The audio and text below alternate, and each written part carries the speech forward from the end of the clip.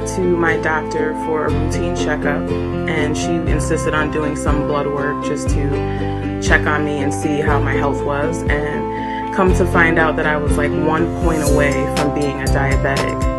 So she was very concerned, and she told me to just get a membership at the YMCA and start working out. And I was really sad. Like, I was in her office crying because who wants to have diabetes, you know? I came here and with the intention of swimming because I really love the water, and I said, you know, that will be the best overall workout for me because it will help exercise and tone my whole body.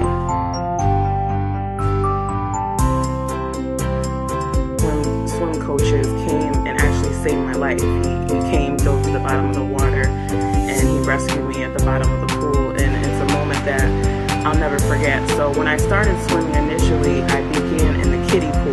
And I started slow. I started out with like, you know, 10 laps, and I would progress to 18 laps, and I was like so proud of myself. So it was one day that I came to the pool all ready to go in the kiddie pool and work out, and it was actually closed for a birthday party. That day I decided to face my fear and actually go in the big pool, and I was terrified.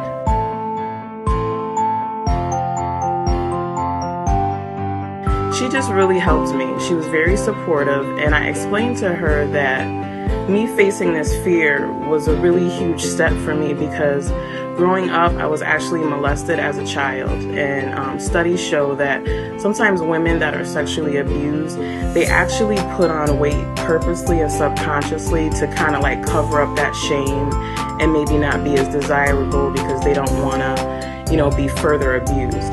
So it was important to me to take this weight off, to take a stand and say, you know what, I'm gonna fight this thing. I'm not gonna let what happened to me as a kid, you know, take my power. I wanna be healthy.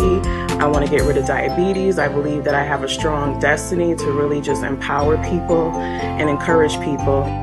So, you know, I'm sitting there in tears, I'm shaking, and she's just like, you know what, Keisha, I'm really proud of you for taking the courage to do this. And I did it. I swam. I did like 20 laps, and that was the first day that I ended up facing my fear and just going out there, you know. From that day forward, I had a lot of support from my friends. Like, I have a friend in Massachusetts, Brockton, Mass, and she's actually a personal trainer.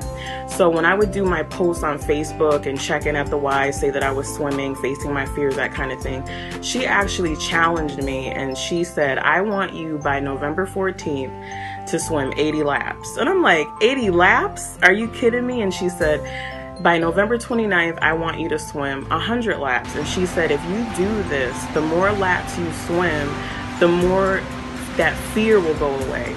And she said, you know, don't worry about how long it takes you, because I would like be on Facebook and I'd be like, oh, just swam 50 laps in 40 minutes. And she's like, don't concentrate on that. So I actually took her up on that challenge, and now I swim anywhere from 60 to 100 laps. I mean, when I first started, I wouldn't even put my head underwater.